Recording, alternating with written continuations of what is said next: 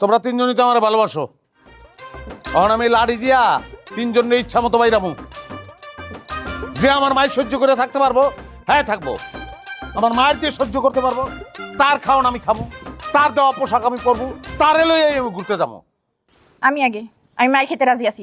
যত খুশি আমারে মারেন, যত জোরে ইচ্ছা তত জোরে মারেন, আমার কোনো সমস্যা নেই। এই তোরে কেন মারবে? হ্যাঁ, আগে আমারে মারবে। আপনি আমারে মারেন, আমার যতক্ষণ মন চায় ততক্ষণ পিটান, আমার কোনো সমস্যা নেই। তুমি কি করবা?